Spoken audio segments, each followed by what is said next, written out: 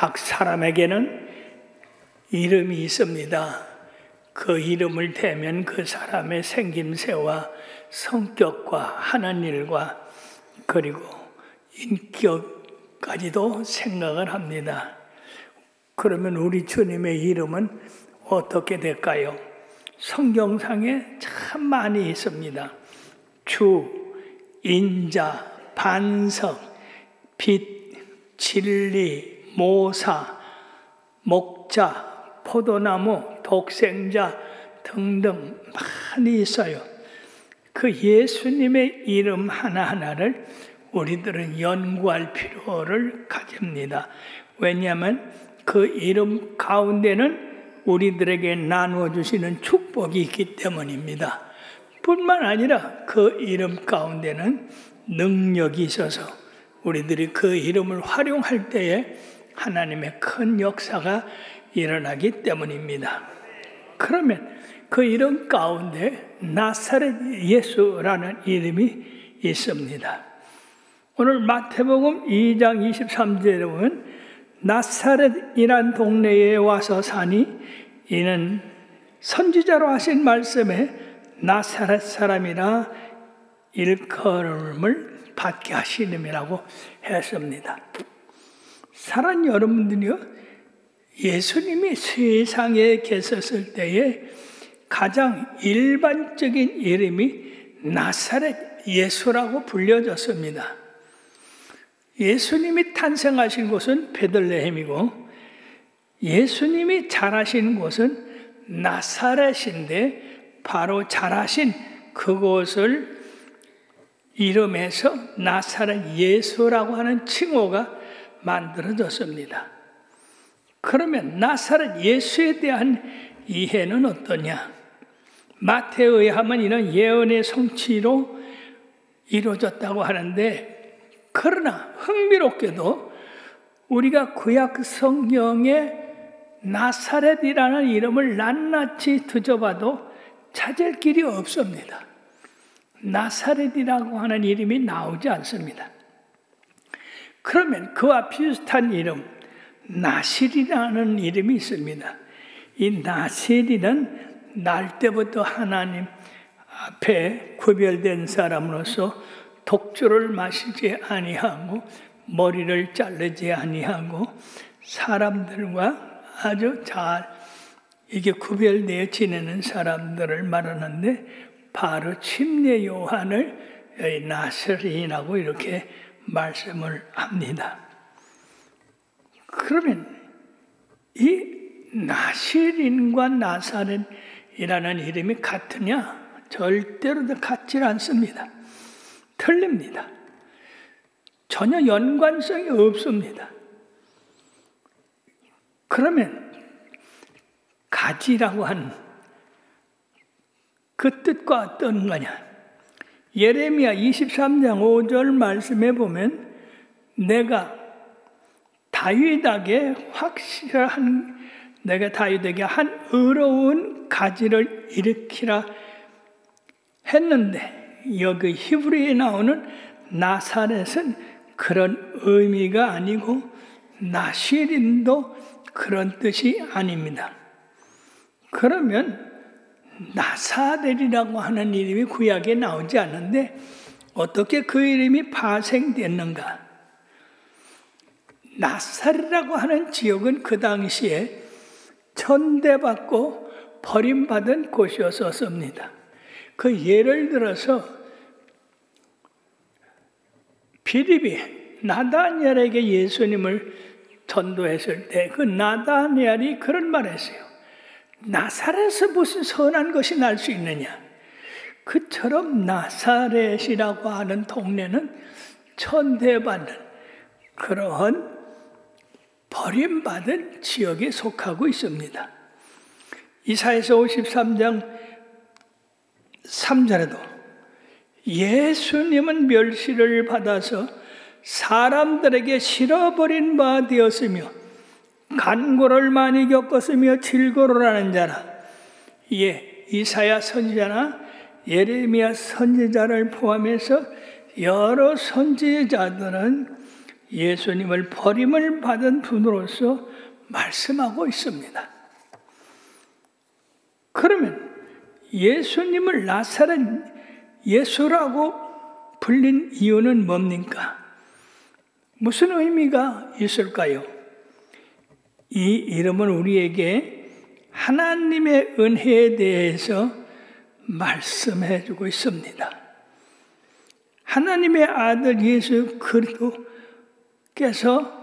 세상에 들어오실 때 종교적인 도시인 예루살렘에 들어오시지 아니하시고 법률의 도시 로마에 들어오시지 아니하시고 철학의 도시 아덴으로 들어오시지 않으셨습니다. 그분은 나사렛으로 들어오셨고 거기서 사셨으며 그 나사렛 동네의 사람들과 함께 멸시받고 버림받고 가난한 사람들과 함께 사셨기 때문에 나사렛이라는 이름을 취하여서 나사렛 예수를 영화롭게 하셨습니다. 그러나 자기가 나셨던 나사렛에 가서는 환영을 받지 못하셨습니다. 참으로 애석한 일입니다. 나사렛은 이런 이름이 십자가에 초대됐습니다. 요한복음 19장 19절에 보면 나사렛 예수 유대인의 왕이라. 이 천대받고 버림받은 이 동네 이름이 예수님과 함께 십자가에 올라가게 됐습니다. 천사들도 이 이름을 이용했는데 예수님의 부활을 보러 갔던 사람들에게 너희들이 십자가에 못 박히신 나사렛 예수를 찾는구나. 천사들에게 그 이름이 불려졌습니다. 그런가 하면 하늘로부터 그 이름이 밝혀졌습니다. 다메섹에서 하나님을 믿는 백성들을 잡아다가 예루살렘에 가두려고 했던 이 사울이라는 청년이 다메섹 거의 도착을 했을 때 하늘로부터 강한 빛이 그를 비추므로 그는 말에서 굴러 떨어지고 말았습니다. 그러고 하늘에서 사울아 사울아 네가 어찌하여 나를 핍박하느냐? 그랬을 때 이 사울은 놀라서 주여 니시나이까? 그랬을 때 하늘에서 무슨 음성이 들렸을까요? 나는 네가 핍박하는 예수라. 나는 네가 핍박하는 나사렛 예수라. 참으로 놀라운 일입니다. 나사렛 예수는 하늘에까지 올라가서 나는 네가 핍박하는 나사렛 예수라라고 그렇게 이름이 졌습니다.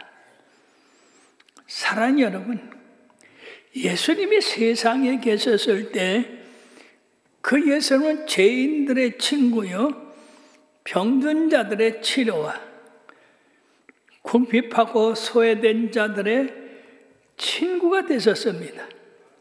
그 은혜는 변함없이 오늘날 그를 사랑하고 보호하며 믿음을 가진 자들에게 역사하고 계시다고 하는 겁니다. 그러므로 그 이름은 우리들에게 하나님의 말씀의 성취를 알려주고 있다. 왜? 나사렛에서 사셨는가? 하나님의 말씀을 성취하기 위해서 나사렛에서 사셨다는 겁니다. 예수님께서 자기 고향에서 어떻게 하셨습니까? 주의 성령이 내게 임하셨으니 이는 가난한 자들에게 복음을 증거하게 하려고 내게 기름을 부으시고 포로된 자를 자유케, 눈먼 자를 다시 보게, 눌린 자를 자유케 하고 은혜를 전파하게 하려 함이라고 하는 말씀을 하셨는데 그대로 이루어졌던 겁니다.